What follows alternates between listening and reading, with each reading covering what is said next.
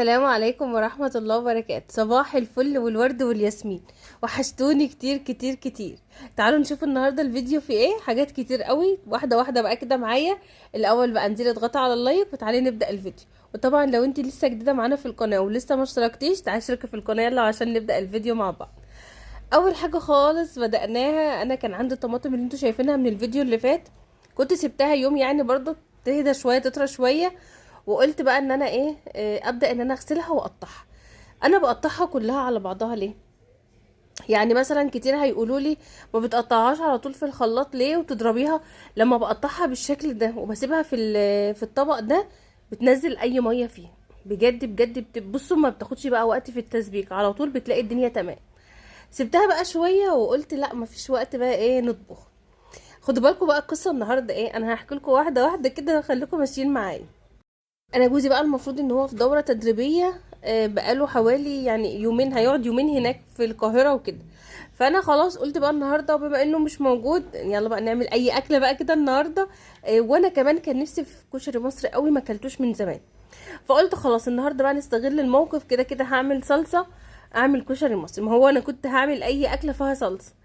اما طبعا بقى سخنت الميه وحطيت نوعين من المكرونه، وهنا عندي بقى العدس نقيته وغسلته، وبقوم بقى حاطه بقى يتسلق معاه. ممكن تحطي حبه كمون صغننين، ممكن ما تحطيش.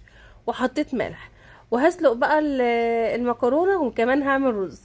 مش كل الناس بتحب الكشري المصري بالرز، بس انا بصراحه بحبه، يعني مكتمل في كل حاجه. سبت بقى الحاجات دي تستوي على البوتاجاز، ومسكت بقى البصله هقطعها. انا بحب قوي البصله اقطعها بالمبشره، يعني بتظبط معايا قوي لما بعملها بالمبشره. شايفين بقى الطماطم؟ حابه ان انت تبقي ترشي عليها شويه ملح، رشي. مش حابه عادي سيبها زي ما هي كده، هتنزل كل الميه اللي فيها. لما تيجي تضربيها بقى وما كتريش ميه فيها، هتلاقيها على طول ما شاء الله عندك اتسبكت على طول.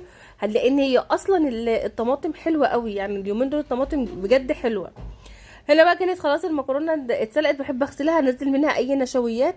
وبحط معلقه زيت واحده بس في الحله، واقوم بقى منزلها بقلبها فيها تقلبتين كده. عندي المكرونه خلصت والرز كمان بتردد، بس العدس ما كانش لسه خلص. هحمر بقى البصله. شايفين بقى البصله معايا ترنشات وحلوه ازاي؟ حابه تقطعيها التقطيع العادي بتاعنا اللي انت حباه. الحاجه بقى على البوتاجاز بتخلص، قلت استنى بقى في الطماطم عندي.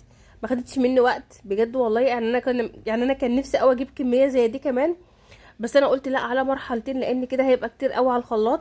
المره اللي انا عملت فيها كنت جايبه قفاصيه كبيره. عايزه اقول لكم الخلاط فعلا يومها بقيت اشتغل شويه واريحه شويه.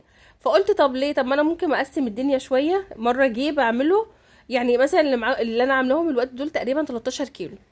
قلت مره تانية برضو ابقى اجيب اعمل كمان شويه زي دول كده في نفس الوقت، انا ما اتبهدلش، وكمان الخلاط عندي كده هيبقى كتير عليه قوي. شايفين انا ببقى اسيب شويه طماطم في قلب الخلاط بحيث ان انا ما ازودش ميه.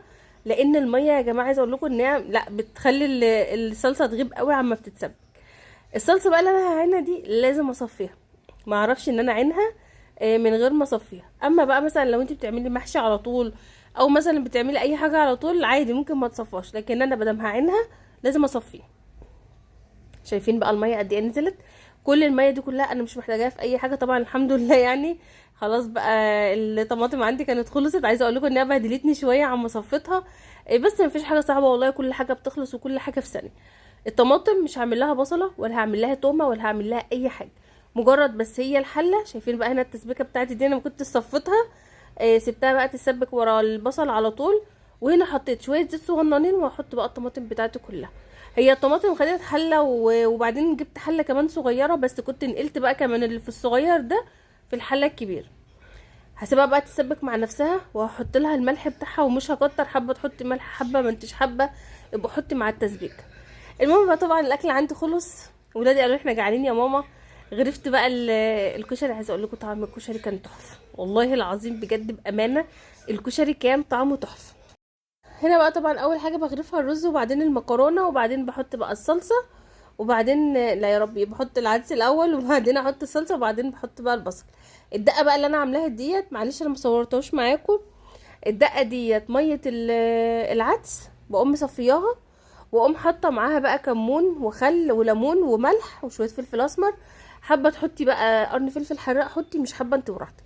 بس عايزه اقولك ان الدقه دي بتخلي طعم الكشري تحفه. اتغدينا والدنيا بقت تمام وزي الفل.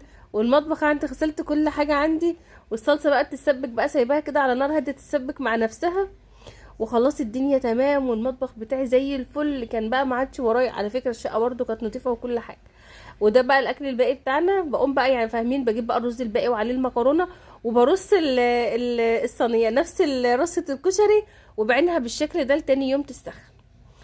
خلصت والشقه عندي نظيفه والحته نظيفه وزي الفل. كان خلاص بقى اذان العصر جدا، قلت اما اقوم اصلي وبعدين اشوف انا لسه ورايا ايه. المهم هصلي، واتفاجئت بقى لقيت جوزي بيقول لي ايه انا جاي في الطريق. طب جاي في الطريق؟ طب قول يعني، عرفني ان انت حتى جاي في الطريق. طبعا يعني صعب عليا قوي ان انا بصراحه اطلع له كشري.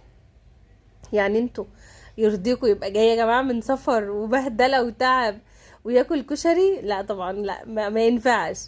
المهم طبعا في الوقت بقى اللي انا كنت بعين فيه الصلصه ده، كنت ولعت بقى على فراخ. يعني انا طلعت وركين فراخ، عملتهم صينيه بطاطس بالفراخ. بس هي والله كانت الصينيه تحفه. بس احنا طبعا كنا اتغدينا. عملت له بقى صينيه فراخ بالبطاطس، وعملت له كمان رز بشعريه. هو الاكل ما خدش مني وقت طويل ولا حاجه. مسكت برضو بقى اديت مسحه كده للشقه، برفنت بقى الشقه. الدنيا كانت جايه بصراحه، كان جاي زي الفل، على الرغم ان هو كان قرب خالص. يعني كان تقريبا ما فيش الا ساعه بس ويوصل. فالحمد لله يعني ان انا لحقت كل ده ولحقت ان انا اعمله. الصلصه بقى شايفين سمكها عامل ازاي؟ بجد الصلصه كانت حلوه جدا. خدوا بالكم العلبه الكبيره دي ان شاء الله ان شاء الله يا رب، ان شاء الله ان شاء الله مش بنقاطع.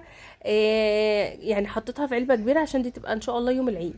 هعمل بقى محشي بقى، عايزين نعمل وليمه بقى. ما هو عيد يا جماعه الاضحى، لازم بقى اكل يعني.